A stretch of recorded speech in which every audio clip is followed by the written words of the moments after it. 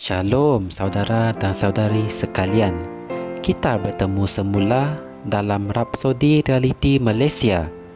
Marilah kita mendengar firman pada hari ini 30 Disember daripada Pastor Chris Oyakilome yang bertajuk Dia Tahu Kerjamu.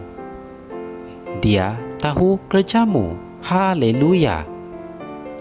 Ayat pembukaan kita diambil dari kitab Ibrani 6 ayat 10 yang berkata, sebab Allah yang maha setia bukanlah tidak adil. Bagaimana dia boleh melupakan pekerjaan yang telah kamu lakukan untuk dia?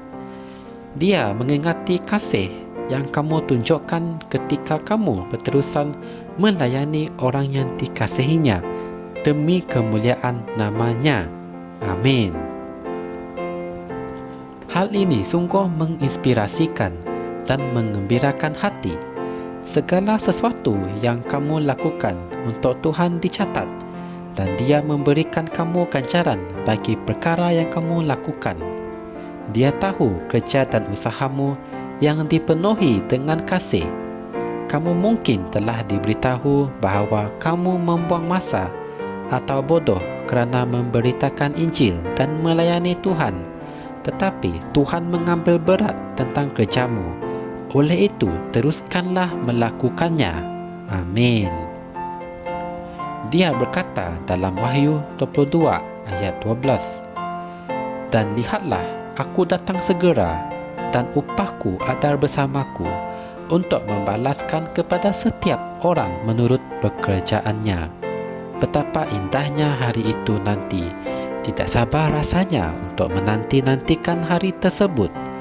Oleh itu, saya ingin menasihatkan kamu dengan kata-kata sama dari roh yang diucapkan oleh Rasul Paulus dalam 1 Korintus 15 ayat 58 yang berkata, oleh itu, saudara-saudara yang ku kasihi, berdirilah teguh, jangan goyah, giatlah selalu dalam pekerjaan Tuhan, sebab kamu tahu bahawa pekerjaanmu tidak sia-sia di dalam Tuhan.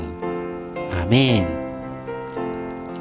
Kemungkinan pada suatu masa kamu sangat komited dalam melakukan pekerjaan Tuhan, tetapi ianya kelihatan seperti ada masalah pada setiap perkara.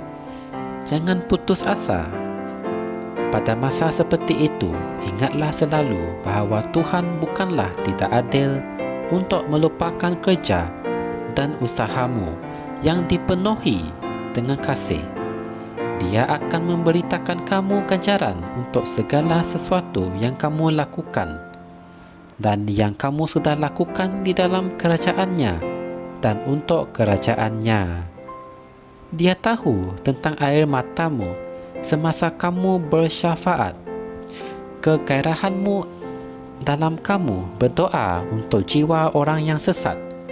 Dia tahu semua sumbangan kewangan kamu untuk penyebaran Injil dan usaha kamu memberitakan Injil untuk menyelamatkan jiwa orang bagi Kristus. Dia menyedari semua pengorbanan yang kamu telah buat demi namanya, masa, duit, keluarga, rakan dan hubunganmu yang kamu telah korbankan deminya. Dia tidak lupa. Berkatmu bukanlah ditangguhkan, tetapi bermula di bumi ini. Baca Markus 10 ayat 29 hingga 31. Kamu bukanlah seorang yang bodoh kerana pengabdian kamu terhadap Kristus. Iman, harapan dan kasihmu tidak sia-sia. Teruskanlah melakukan semua yang Tuhan inspirasikan untuk kamu lakukan bagi Dia.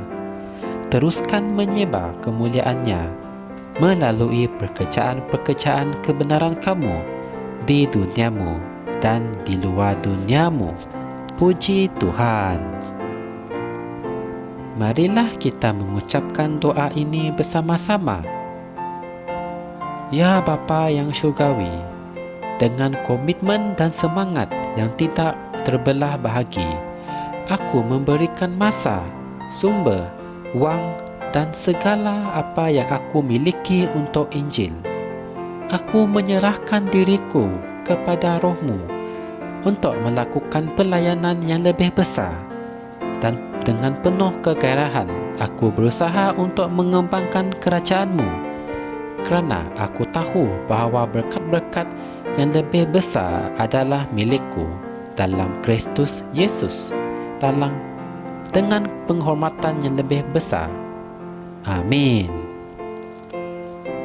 Sebagai renungan tambahan, anda boleh merujuk kitab Matius 16 ayat 26 hingga 27, 2 Yohanes 1 ayat 8, 2 Timotius 4 ayat 5 hingga 8. Secara kesimpulannya, kita sebagai anak Kristus harus menjalankan kerja-kerja Tuhan dengan sepenuh hati, kerana Tuhan sayangkan kita sebagai anak-Nya. Segala kerja-kerja Tuhan yang kita lakukan, kita akan mendapat berkat yang sewajarnya. Haleluya. Untuk mengetahui lebih lanjut tentang firman ini, sila tekan like dan subscribe Rapsodi Reality Malaysia. Semoga kita berjumpa lagi dalam segmen yang akan datang, dan Tuhan memberkati anda semua. Amin. Kami percaya saudara-saudari semua telah diberkati dengan perkongsian firman dari Rapsodi Reality.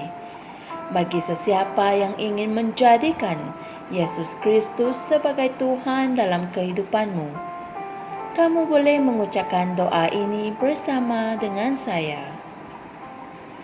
Ya Tuhan Allah, aku mempercayai Yesus Kristus, Anak Allah yang hidup dengan sepenuh hatiku. Aku percaya Dia telah mati untukku, dan Allah telah membangkitkan Dia dari kematian. Aku percaya Dia hidup hari ini. Aku mengaku dengan mulutku bahawa Yesus Kristus adalah Tuhan dalam hidupku mulai dari hari ini. Melalui Dia dan di dalam nama-Nya, aku mempunyai kehidupan yang kekal. Aku telah dilahirkan semula. Terima kasih Allah kerana menyelamatkan jiwaku.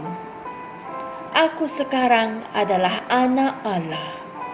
Haleluya. Tahniah, sekarang kamu telah menjadi anak Allah. Untuk apa-apa sebarang pertanyaan atau untuk mendapatkan lebih banyak maklumat mengenai bagaimana untuk bertumbuh sebagai seorang Kristian, anda semua boleh hantar mesej di akaun Facebook kami atau email kami di tni.msia@gmail.com.